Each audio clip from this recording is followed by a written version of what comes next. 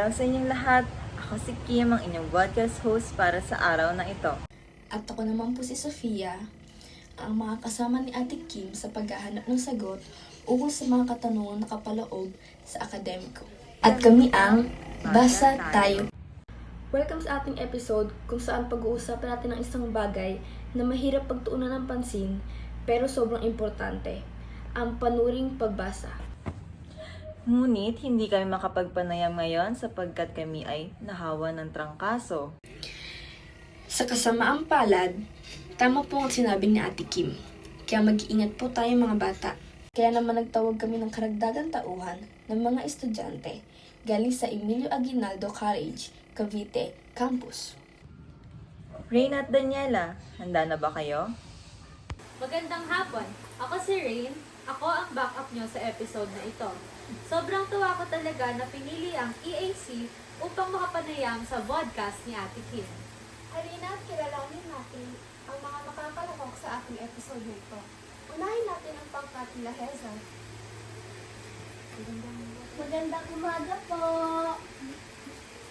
Hello po! Hello mga ka-podcast! Ngayong araw, pag-uusapan natin ang isang importanteng skill na madalas nating nakakalimutan. Ang mapanuring pagbasa. Kasi, yung mga simpleng basa-basa lang, medyo delikado ha? Ang pagbasa? Ang bigote ni Santa. Ay! Ha? Ano ba yan? Kumatindihan? Huwag mo gawing basa-basa. Kung gusto mo maintindihan ang binabasa mo, kailangan mong maging mapanuri. Heza, kailangan mong mag-slow down. Huwag mong iskip ang mga importanteng detalye. Parang si Sherlock Holmes, inutuklas mo ang kahulugan ng bawat pangungusap. Ano po bang ibig sabihin pag sinabing pagiging mapanuri? Ang mapanuring pagbasa ay isang uri ng pagbasa na hindi lamang tumututok sa pag-unawa ng mga salita o ideya ng isang teksto, kundi pati rin ang pagsusuri ng mga pahayag, estruktura at layunin ng manunulat.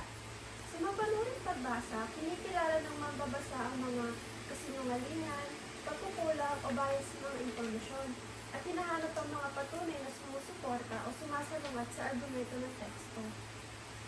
So pati po maliliit na detalye ay kailangan bigyan ng atensyon? Tama yan ay.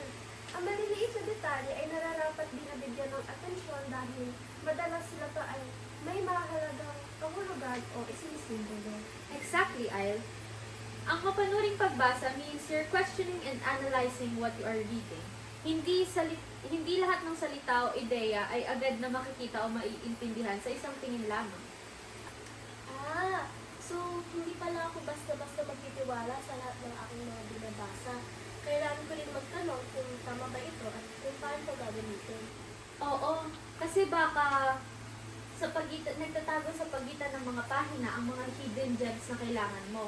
O di kaya ang mga hocus-pocus na wala namang kwenta. Kaya huwag kang magpapadala basta-basta.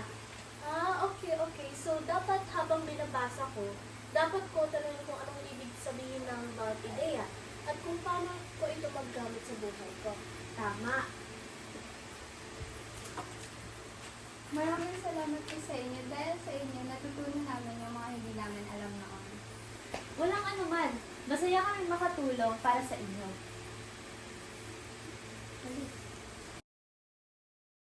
Ngayon naman ay ang huling grupo na makikilahok.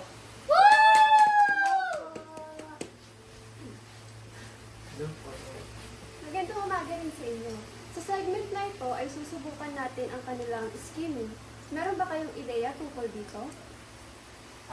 Itong mabilisang pagbasa ng teksto para makuha ang ideya nito bilang buo. Tumpak. Pero bago yan, umupo muna tayong lahat.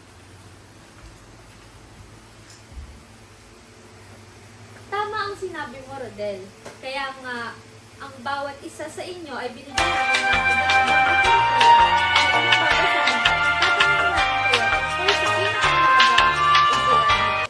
Timer starts now.